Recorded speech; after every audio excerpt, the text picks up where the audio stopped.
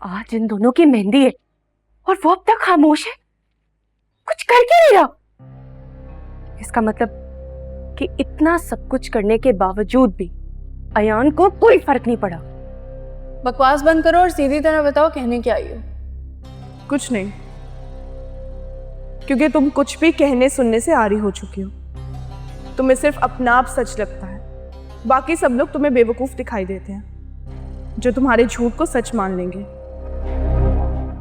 लेकिन अरीबा, मेरी एक बात कान खोलकर सुन लो, तुम्हारी हर कोशिश बेकार हो जाएगी। तुम अयान को मुझसे बदजन नहीं कर सकती, ना ही मुझे अयान से दूर कर सकती हो।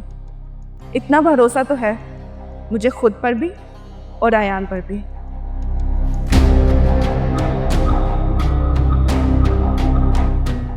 नहीं, कुछ तो अरीबा तुम्हें करना पड़ेगा। मैं ये शादी किसी तौर पे नहीं होने दूंगी। इन दोनों की शादी नहीं होगी।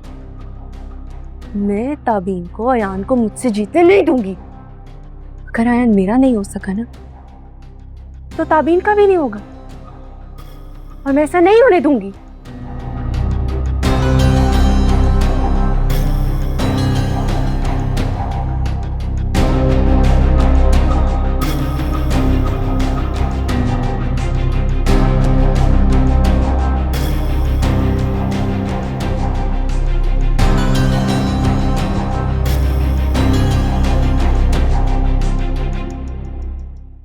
अरीबा रुको, कहाँ जा रही हो तुम? कुछ पूछा है मैंने तुमसे, जवाब दो मुझे। ये बैग शैग लटकाकर तैयार होकर कहाँ जा रही हो तुम?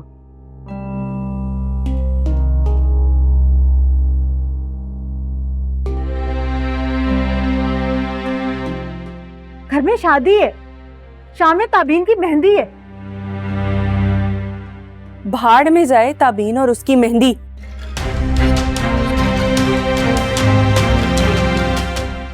मेरा क्या ताल्लुक ताबीन की और उसकी मेहंदी से?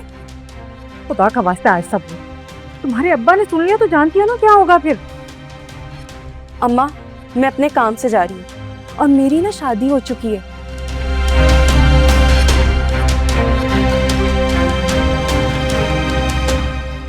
हर बात के जवाब देने की पाबंद नहीं हूँ अब मैं।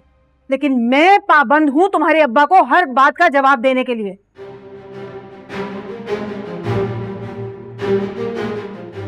मुझसे पूछेंगे तो मैं क्या जवाब दूंगी उन्हें?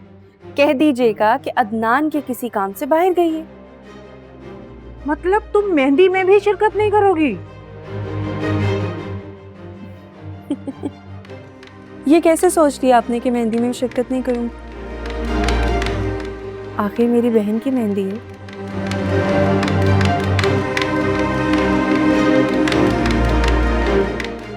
और बहन की मेहंदी में बहन शिरकत नहीं करेगी तो मेहंदी कैसे होगी?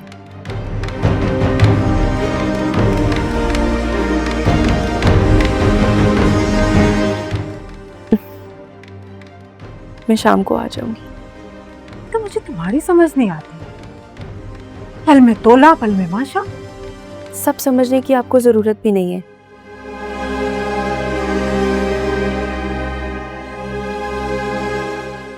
वक्त सब बता देगा।